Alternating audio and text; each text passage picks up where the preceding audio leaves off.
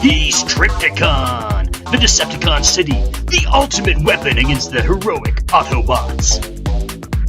He's a freak, such an imposing force, other Transformers tremble in his wake. Nothing can stand in his way.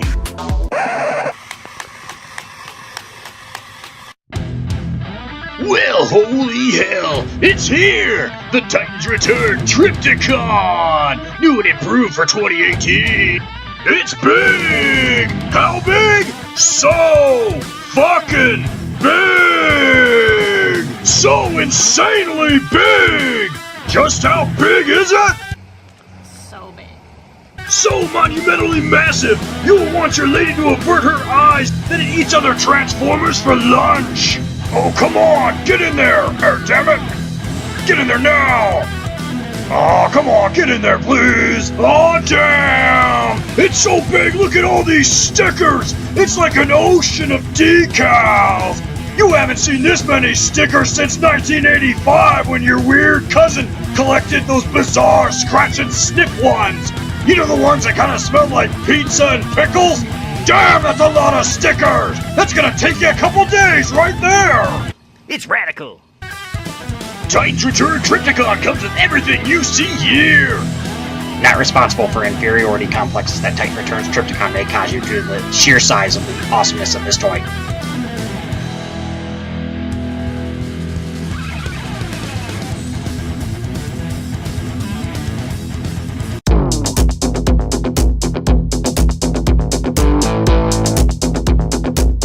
Knick-Knack's Plastic Planet.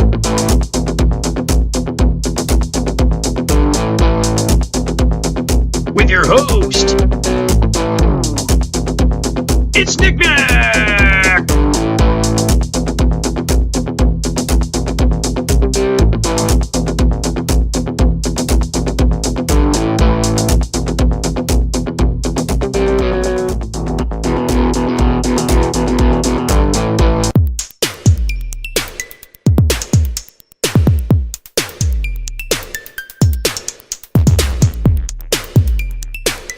Hey guys, welcome back inside of the Plastic Planet. I am your host, Knick-Knack, coming at you this week from deep inside of the archive room of the Plastic Planet. And hey, if that intro you just watched was any indication of where I'm going with this week's show, we are talking about big figs. That's right, oversized action figures. You know you want them, you know you want to buy them, but you don't know where the hell to put them.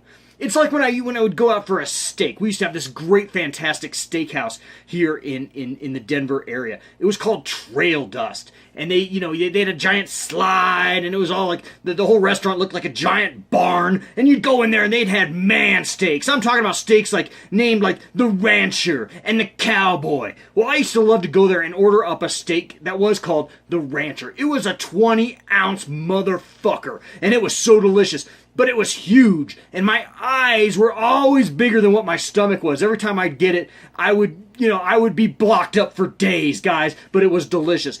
That's what some of these action figures are like. You know you want them, you buy them, and then they just block up your entire collection just like your intestines with that big steak inside of it.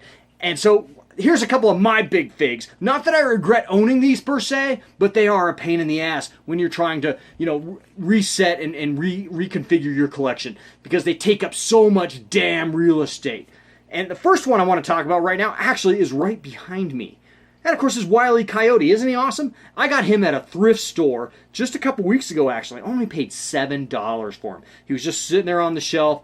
I knew I had to have them. I coveted these as a little kid back in the late 70s, early 80s.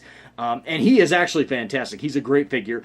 He's got wiring throughout his body, in his limbs, and even in his body. So he's actually very posable.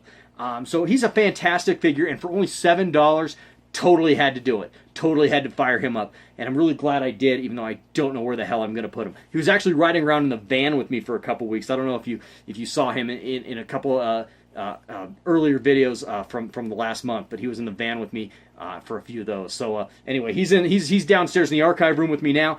But yeah, really glad to have him. Don't know where the hell I'm going to put him. But anyway, let's get on with it. I'm going to show you a few more of my big figs and where the hell I put them. So hey, all right, so let's do this. This will be fun. This is going to be big time fun in the Plastic Planet. Let's do it. Well, oh, holy heck. If you want to start with oversized awesomeness, let's start with these recent Jurassic World Fallen Kingdom figures from Mattel. These things just came out in the last couple months, and I gotta tell you, these action figures are awesome. I will dare say, and I've said this in a few other places, that this line of figures, these Fallen Kingdom Jurassic World figures from Mattel, these the dinosaurs in particular, this might be one of the most awesomely cool toy lines to come out in the last 10 years, easily. And I say this, you know, as a longtime collector of Star Wars, as a longtime collector of Transformers, but these things have just hit it out of the park, in my opinion. Now, of course, seen here is the colossal T-Rex right there, and then, of course, the Mosasaurus, which is a little undersized, to be honest, but he's still really freaking awesome. Not in scale by any means, but still really, really freaking cool. I mean, maybe he's a juvenile, we'll just go with that. But still, really, really cool. This T-Rex is so huge, it is not even in 3 3/4 inch scale. He is actually much bigger. And so I don't display him with my other 3 3/4 inch Jurassic World figures. If you want to go back, I did a whole video on a diorama that I built. It's actually behind Wiley back there, if you can see. I did a whole video on that. Go back and check that out to see how I've got all this displayed. I didn't have the Mosasaurus at the time, but nevertheless, you can go back and see how I had all this displayed. But I mean, still, a fantastically awesome figure. So imposing, so incredible. He just makes a shelf pop. If you've got the real estate to give him, like a real T-Rex, he needs room to roam, guys, and this figure is awesome. So while it's huge, while it's cumbersome, while it takes up a lot of space, if you're a big fan of the Jurassic World franchise, or hell, just dinosaurs in particular, you can't go wrong with this MFer in your collection. And the Mosasaur is actually really cool as well. I just actually opened him up just today, actually. I'd had him for a few weeks in the package, but I just opened him up today, and he is really, really cool. You know, when you see him in the store, it doesn't do it justice, the box, because his tail is not connected, as well as his flippers. So you put all those things on, and he yeah, he is pretty freaking awesome. So yeah, these Jurassic World Fallen Kingdom oversized action figures, while huge and cumbersome, they do make up for it just out of sheer awesomeness. And not to be outdone in sheer size, maybe not awesome though, is the 2014 Godzilla jumbo-sized action figure from Jakks Pacific. This is a really cool figure that I picked up, you know, way back a couple years ago, after the 2014, I believe, Godzilla film came out, you know, the one with Bryan Cranston. Yeah, I picked this figure up, was really excited just to have a large-sized Godzilla inside of my collection, because when I was a kid, I really wanted that Godzilla 19-inch figure that came out from Mattel. Do you remember the one? It had a little lever in the back, and his tongue flicked out, and it had little fire effects on the tongue. I believe Mattel put it out in like 1977, and I always wanted that damn thing very, very badly. Never had it as a child, so I jumped at the chance to get a large-sized Godzilla action figure. And while the paint apps on this are not the best, the other thing with him is he's just so wonky, and he's hard to display. He won't fit on a shelf within reason. He pretty much lives on the floor down here in the archive room, and that's okay. But nevertheless, you know, he is a very large, very wonky figure. That tail is just giant. I mean, as it should be. It is Godzilla after all. But nevertheless, huge, cumbersome, awkward, and like any lumbering beast, has to hang out on the floor. Alrighty, and while we are on the subject of Jakks Pacific, check out these Star Wars figures. These oversized, I believe these are 36-inch Star Wars figures from Jakks Pacific. Now, these are huge, huge action figures, and the irony is these aren't the largest scale figures that Jakks Pacific offers, and I'm going to get to one of those in just a second. But these Star Wars figures are ginormous, and a lot of people have these in their collection, and I think they're kind of cool in some ways, being that you can have a larger figure to put on your floor, but these guys are just giant. I'm actually standing quite a ways back to get them all well in the shot. The C-3PO there, I am proud to say that is a custom job. One of the few custom jobs I have ever done that turned out really, really good. That is the C-3PO from the Force Awakens, and he came with that red arm, which I kind of abhor. So I took it upon myself to get some nice gold spray paint, taped him off, and I actually think he turned out really, really, really nice. So I'm very proud of that particular figure. The R2 I picked up last fall, featured that in one of my very earliest transmissions when Uncle Pat and I went out for a toy run. We went to the now defunct Toys R Us, and I got him there. You know, nothing to write home about there. He looks like he has electronics in him, and he doesn't. There's really not a lot to talk about with these Jack-specific oversized figures. They're just big, wonky figures. And again, they look pretty good on the floor in a game room or in other any other kind of display places. But I don't know. To me, they're a little B in quality, if you ask me. And so they do stay down here in the archive room. Alright, and now we are getting even more ridiculous with the 1/2 scale action figures from Jakks Pacific. This, of course, is Batman. As you can see, that emblem up there lights up. It just went out. I'm going to hit it again for you guys. This is really kind of cool. That lights up. How cool is that? This actually isn't mine, although I paid for it. This is actually my oldest son's Batman. He's a big Batman collector. And so this is his figure that he let me borrow.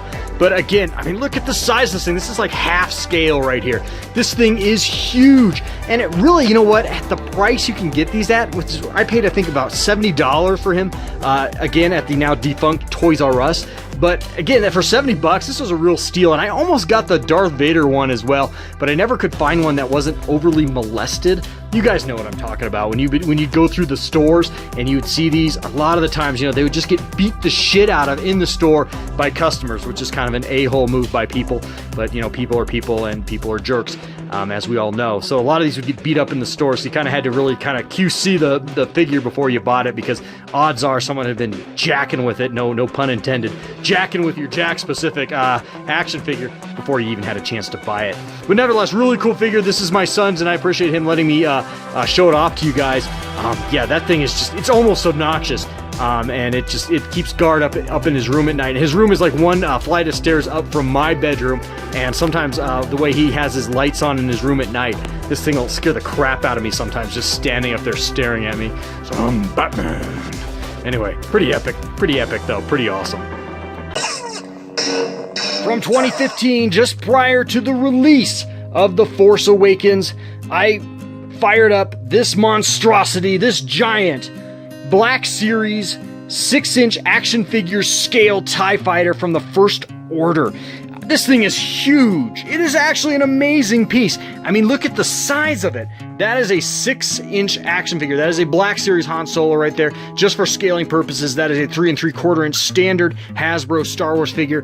And then there is this beast. It is incredibly awesome. I just wish I would have liked the movie a little more. As a consequence, this thing is kind of relegated to a dark corner of the Plastic Planet. I keep it up on the top shelf, kind of hidden in the rafters down here in the archive room. It's unfortunate. I really wish now that this was like a standard original trilogy TIE Fighter, because it would have a treasured place here in the Plastic Planet. But because of, unfortunately, my feelings on the new the Episode 7 and incredibly, most notably Episode 8, this thing is sort of relegated to a dark corner where it gathers cobwebs and dead spiders. But nevertheless, it is really cool. I'm going to try to keep this positive for you guys. I don't want to go down that path again. Again, if you look inside, it does hold not one, but 2 6-inch action figures. I've got a First Order TIE Fighter pilot in there, but of course you could put your Poe and your Finn in there as they're escaping that First Order Star Destroyer in Episode 7. Really cool. Again, really cool piece on its own, with its own merit. Really cool. And you know what? Hey guys, if you want this piece, boy, you can go out and you can find them super duper cheap now. I was dumb. I got it leading up to the release of The Force Awakens, because I was excited about the film, and I was dumb. I bought it. I spent $150 on mine off Amazon. I actually had a gift card too, but nevertheless, I spent $150 on Amazon for this thing. Had it in hand before I even saw the film. but you can get this thing. I've seen it now at deep discount stores like Tuesday Morning and Ross, going for as low as $30 in some places, and I've seen reports of that from other people as well. So it's out there still. You can still get this thing, and you can get it for dirt cheap. Like a lot of these sequel Star Wars pieces now. Dirt cheap, cents on the dollar.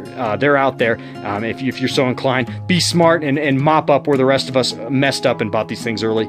Don't do that. I will never, ever buy another Hasbro piece early now. I always wait for them to go on clearance. That's my new rule. I've been coveting the Black Series Dewback at my Walmart for a couple months now. It's still $60. I'm waiting for that thing to go down, and when it does, I may actually fire it up. So anyway, so that is it. That is the Black Series First Order TIE Fighter. Again, really great piece overall. I wish I loved it more. I really do. Alrighty, and just as I featured in the opening tonight, here are the Titans Return Transformers from Hasbro. These things are so knocked out of the frickin' park. They are awesome. I absolutely love both of these figures. This, of course, is Trypticon, and behind him here is Fortress Maximus. These things are huge. They are so fun. They just are so representative of what these characters represented in their G1 forms. Of course, with them right there is a G1 Generation 1 Bombshell Insecticon, just to give you an idea of the scale of these things if you don't actually have them yourselves. They are awesome. Trypticon is so cool. He can actually swallow little tiny Transformers, although they got to be really, really small. But you can fit him in there, and then the bottom here opens up in his stomach cavity or chest cavity. Absolutely awesome. Yeah, I am in love with these figures. Really, really dig them. They are imposing on a shelf. They are huge, but they're not too huge. They're not like ridiculously huge like the Jack Pacific figures. You can fit them on a shelf reasonably, and you can intermingle them with smaller figures as well, as I've done on my shelves. I love these figures a lot. They are really, really cool. Again, I kind of focused on them in the intro, so I'm not going to spend a lot of time now on them. But again, I mean, look at the Fortress Maximus. I absolutely love him. He comes with all kinds of sound effects. Let's see if I can get him to say something. Yeah, look at his eyes light up. Yeah, so freaking cool. Anyway, yeah, I absolutely love these figures. These Titans Return figures, absolutely amazing. Love the Transformers, and these two are some of my favorites. Really cool. Alrighty, well, that is going to wrap up this edition of the Plastic Planet. I really hoped you loved that little showcase of a lot of really big figures. And hey, that Godzilla showcase, that was for you, Robert, just a fan. Thank you so much for always commenting, and I really appreciate your feedback. And I wanted to get a Godzilla item on the Plastic Planet for you, just like you requested in the comments section in one of my previous videos. Speaking of comments, you know what? Hey, let me know, what are your very favorite big figs you might happen to own? And whether or not you love them, hate them, what are your feelings on them? Was it something you impulse bought and kind of regretted it later? Or was it something you just absolutely love having these things around and love having them, you know, all over your floor or whatnot? Would really like to hear about it. And hey, while we're talking about your collection, I really would love to see them. One of my other subscribers, General Grievous 2005, gave me this idea. If you'd like, you can send me a picture, 2 or 3, of your collection to, as Wile E. Coyote has so generously left a sign up for us, to Knick-Knack's Plastic Planet at gmail.com. Go ahead and, if you'd like, send me a picture of your collection, and once a week, if available, I will feature a subscriber's collection right here on the Plastic Planet with a little shout out for you guys. So I would love to see that. I love showing off my collection, and I'll show off yours as well if you'd like. So that would be fantastic. So go ahead and send me those collection pics, guys. I will show them off for you. All right, guys. Well, that's going to wrap up this edition of the Plastic Planet. Be back really soon. Be back for another Hot Toys Hump Day later in the week. So stay tuned for that. In the meantime, guys, hey, as I like to say, life is short, so fill it with some plastic crap. All right, guys. Till next time. Actually, I gotta go. There is a wasp on this light over here, and it is freaking the frick out of me. All right, guys. Till next time. Shit.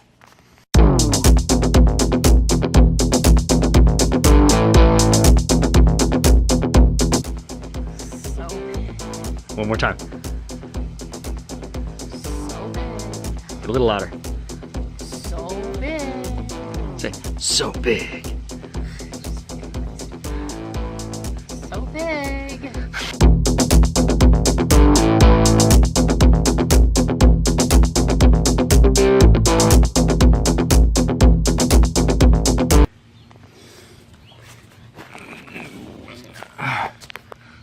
ahead, hit it.